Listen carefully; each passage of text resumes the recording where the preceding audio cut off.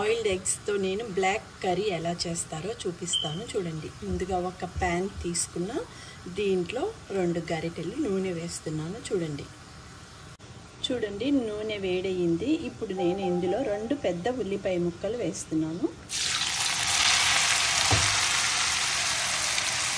2 పెద్ద ఉల్లిపాయలు చిన్న చిన్న ముక్కలు కట్ చేసుకొని ఈ నూనెలో మెల్లగా బ్రౌన్ కలర్ వచ్చేటట్టు వేపుకోవాలి. కొంచెం పసుపు వేసి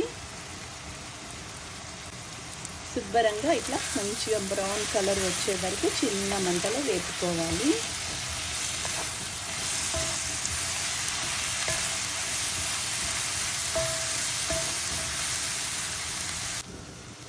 చూడండి ఉల్లిపాయ ముక్కలు చిన్న మంటలో బ్రౌన్ కలర్ వచ్చే వరకు ఇట్లా వేపుకోవాలి. చూడండి ఇట్లా వేగాయి కదా. ఇప్పుడు దీంట్లో కొంచెం నేను అల్లం వెల్లుల్లి పేస్ట్ వేస్తాను. 1 స్పూను అల్లం వెల్లుల్లి పేస్ట్ శుభ్రంగా కలుపుకోవాలి. ఇది కూడా కొంచెం బ్రౌన్ కలర్ వచ్చే వరకు వేగాలి మాట.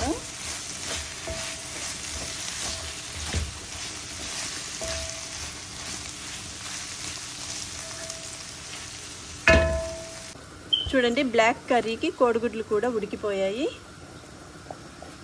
చూడండి ఉల్లిపాయలు బ్రౌన్ కలర్ వేగాయి కదా. ఇప్పుడు ఇందులో 1 స్పూను జీలకర్ర పౌడర్ వేస్తున్నాను.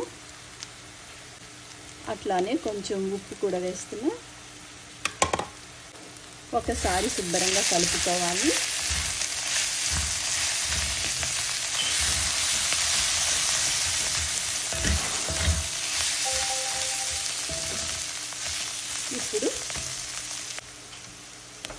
చూడండి ఇప్పుడు నేను బాయిల్ చేసిన ఎగ్స్ వేస్తున్నాను.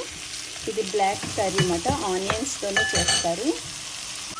ఇప్పుడు శుభ్రంగా కలుపుకొని ఒక 10 నిమిషాలు చిన్న మంటలోనే ఇట్లానే వేగాలి. తర్వాత బ్లాక్ కలర్ అయిపోతుంది ఆనియన్. ఈ కర్రీ ఎక్కువ మా అత్తయ్య గారు వాళ్ళు చేస్తారన్నమాట. అత్తయ్య గారు వాళ్ళ ఇంటికి వచ్చాకనే నాకు బ్లాక్ ఎగ్స్ కర్రీ అనేది తెలిసింది.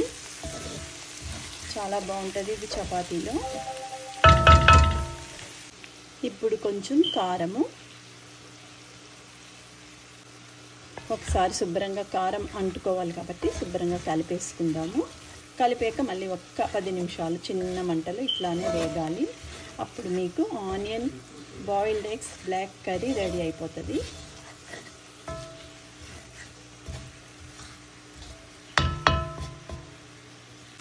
Boiled eggs black curry ready అయిపోయింది. ఇప్పుడు దీంట్లో నేను కొత్తిమీర వేస్తున్నాను.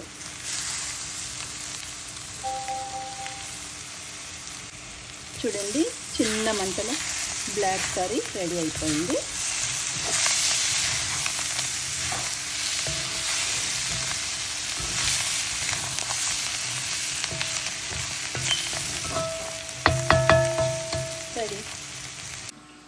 ఇప్పుడు బాయిల్డ్ ఎగ్స్ బ్లాక్ కర్రీ ఒక బౌల్లో తీస్తున్నాను.